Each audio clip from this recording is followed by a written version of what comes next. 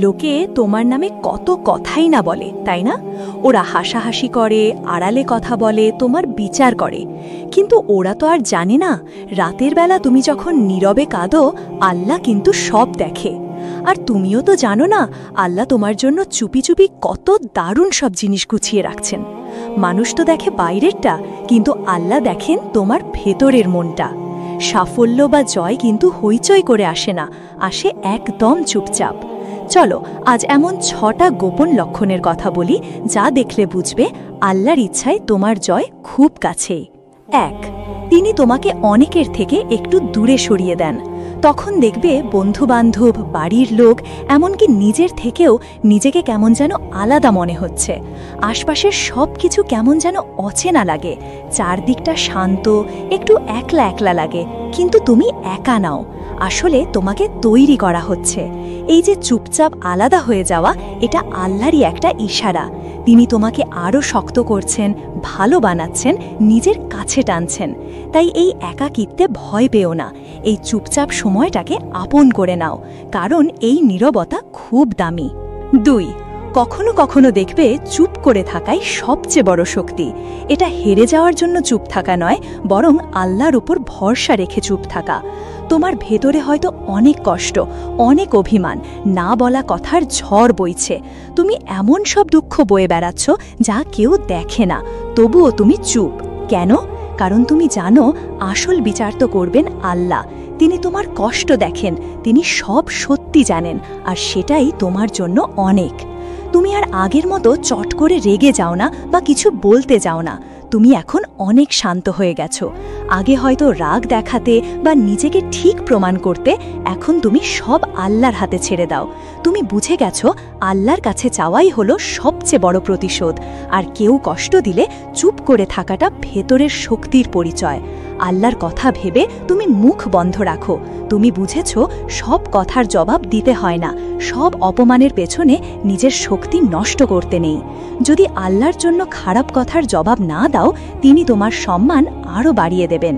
চুপ করে থেকে তুমি কিন্তু দুর্বল হচ্ছ না, বরং তোমার সম্মান আরও বাড়ছে। তুমি বিশ্বাস করো, আল্লাহ ঠিক বিচার করবেন। সব সত্যি কথা সবসময় চিৎকার করে বলতে হয় না, আল্লাহ সব জানেন। আর আল্লাহর বিচার কখনো দেরি করে হয় না। তোমার এই নীরবতায় যেন আল্লাহর কাছে তোমার ধৈর্যের প্রমাণ হয়ে থাকে। কারণ আল্লাহ শুধু জানেনই না, তিনি সব দেখছেন, সব লিখে রাখছেন, আর তোমার পুরস্কারও তৈরি করছেন। হয়তো দেখবে জীবনটা বেশ ভালোই চলছিল, হঠাৎ করেই সব কেমন ওলটপালট হয়ে গেল। চাকরি চলে গেল, কোনো আপনজনের সাথে সম্পর্ক ভেঙে গেল, কিংবা কোনো পরিকল্পনা নষ্ট হয়ে গেল। মনে হবে যেন পায়ের তলার মাটি সরে যাচ্ছে, সব বুঝি শেষ হয়ে গেল। কিন্তু এটা শেষ নয়, এটা আসলে নতুন কিছুর শুরু, যা শুধু আল্লাহই দেখতে পারছেন। আল্লাহ যখন তোমার জন্য আরও ভালো, আরও বড় কিছু করতে চান, তখন কখনো কখনো আগের জিনিসগুলো একটু ভেঙে দেন। যখন এমন ঝড় আসে, তখন মনে হতে পারে তুমি বুঝি কোনো শাস্তি পাচ্ছ, কিন্তু অনেক সময় এই ঝড়টাই আল্লাহর রহমত হয়ে আসে। এটা ধ্বংস নয়, বরং আল্লাহ নতুন করে কিছু করছেন। যা তুমি হারিয়েছ, সেটা হয়তো তোমার জন্য যথেষ্ট ছিল না। তুমি হয়তো এমন কিছু ধরে রেখেছিলে যা বেশি দিন টিকত না, আর আল্লাহ তোমার জন্য চিরস্থায়ী কিছু তৈরি করে রেখেছেন। তুমি হয়তো চেয়েছিলে এক ফোঁটা জল, আর আল্লাহ তোমার জন্য একটা সাগর তৈরি করে রেখেছেন। আল্লাহ কিছু কেড়ে নেন যাতে তার চেয়েও ভালো কিছু দিতে পারেন। হারানো মানেই সবসময় পিছিয়ে পড়া নয়, বরং যা তোমার জন্য সত্যিই ভালো, তার জন্য জায়গা তৈরি হওয়া। আল্লাহ বলেছেন না, হয়তো তোমরা এমন কিছু অপছন্দ করছো যা তোমাদের জন্য ভালো। সূরা বাকারা 216। আজকের এই কষ্টটাই হয়তো আগামী দিনে তোমাকে বাঁচিয়ে দেবে, আরও ভালো কিছুর দিকে নিয়ে যাবে। এই ঝড়গুলো তোমাকে জাগিয়ে দেয়, আল্লাহর কাছে আরও বেশি করে চাইতে, তার ওপর ভরসা করতে শেখায়।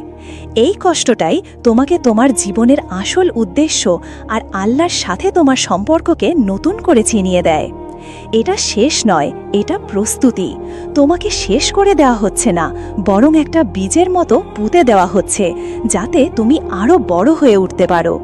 আর যেমন একটা বীজকে মাটির নিচে থেকে অঙ্কুরিত হয়ে বড় গাছ হতে গেলে ভাঙতে হয়, তেমনি তোমার আত্মাকে আরও সুন্দর করে তোলার জন্য কখনো কখনো জীবনটাকে একটু ভাঙাচোরা পথের মধ্যে দিয়ে যেতে হয়। তাই যখন ঝড় আসে, ঘাবড়ে যেও না।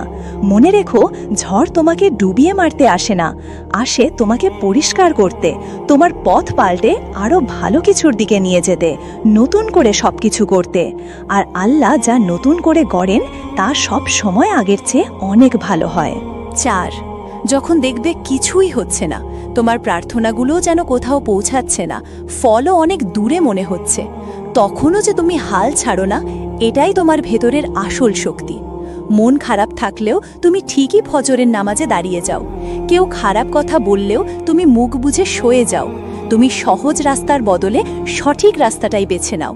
এটাই হলো সবর বা ধৈর্য। শুধু অপেক্ষা করা নয়, বরং আল্লাহর ওপর ভরসা রেখে চুপচাপ চেষ্টা করে যাওয়া। এটাই খাঁটি ঈমানের আসল সৌন্দর্য। তুমি তোমার দুঃখ কষ্টের কথা জনে জনে বলে বেড়াও না, কোনো বড়াই করো না, শুধু নীরবে সব সহ্য করে যাও। তুমি আল্লাহর কাছে মাথা নত করে তার কাছেই সাহায্য চেয়ে সব কঠিন সময় পার করো। আর তোমার ভেতরের এই কষ্টগুলো হয়তো কেউ দেখে না, কিন্তু আল্লাহ সব দেখেন।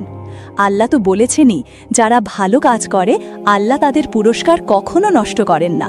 সূরা তওবা 120, আলে ইমরান 195।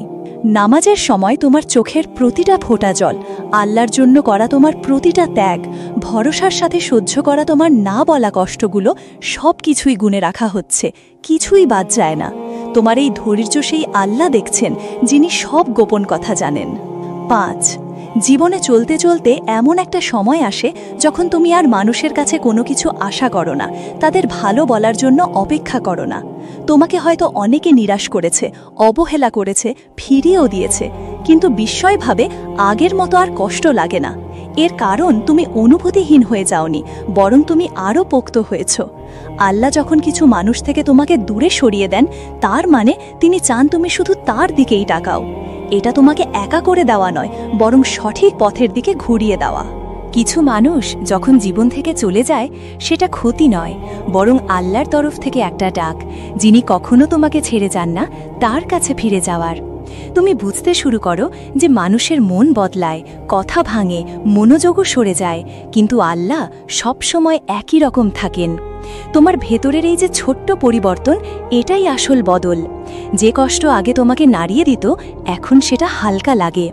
যারা তোমাকে দাম দেয় না, তুমি আর সেই সব মানুষের কাছে ঘেঁষতে চাও না, বরং তুমি আরও কাছে যেতে চাও। তিনি তো সব কিছুর মালিক, তিনিই তো সব ঠিক করেন। আল্লাহ বলেছেন যে আল্লাহর ওপর ভরসা রাখে, আল্লাহই তার জন্য যথেষ্ট। সূরা তালাক 3। কি দারুণ কথা! মানুষ যখন তোমাকে হতাশ করে, তখন আল্লাহই তোমার জন্য যথেষ্ট হয়ে যান। এই যে মনের শান্তি, এটা চিৎকার করে জানানোর মতো কিছু নয়, এটা নীরবে ধীরে ধীরে সেই মানুষের মনে ফোটে যে দুনিয়ার টান ছেড়ে দিয়েছে। 6, যখন সারা দুনিয়া ঘুমিয়ে থাকে আর কেউ জানে না তোমার মনের ভেতর কি চলছে, তখন তুমি চুপি চুপি উঠে বসো। মনটা কষ্টে ভরা থাকলেও তুমি আল্লাহর দিকেই ফেরো। এটা কিন্তু দুর্বলতা নয়, এটাই আসল শক্তি। যখন সবাই ঘুমায়, তখন আল্লাহর রহমতের দরজাগুলো খুলে যায়। এটাই সেই বিশেষ সময় যখন তোমার ফিসফিস করে বলা কথাগুলো, তোমার প্রার্থনাগুলো সরাসরি তার কাছে পৌঁছে যায়, যিনি সব সময় শোনেন। কোনো হইচই নেই, কোনো চিন্তা নেই, শুধু তুমি আর তোমার আল্লাহ। তোমার চোখের জল হয়তো পৃথিবীর কেউ দেখে না, কিন্তু আসমানে তা ঠিকই দেখা হয়।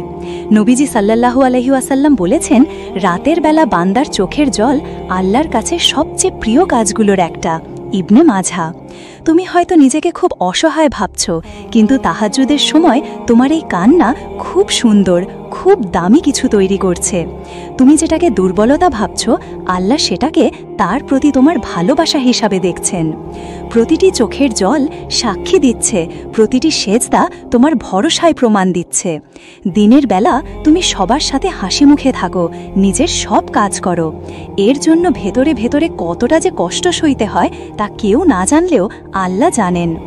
এই যে নীরবে সব সহ্য করে যাওয়া, এটা আল্লাহ খুব ভালোবাসেন, এটা তিনি এড়িয়ে যান না। এই 6টা লক্ষণের কোনোটা তোমার সাথে মেলে, তাহলে জেনে রেখো তুমি একা নও। তুমি হেরে যাওনি, তোমার দেরিও হচ্ছে না।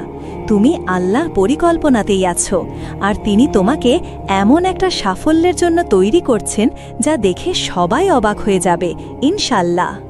দোয়া: হে আল্লাহ, আমাদের তুমি মানুষের আজে বাজে কথা থেকে বাঁচাও, আর তোমার পরিকল্পনার উপর পুরো ভরসা রাখার শক্তি দাও।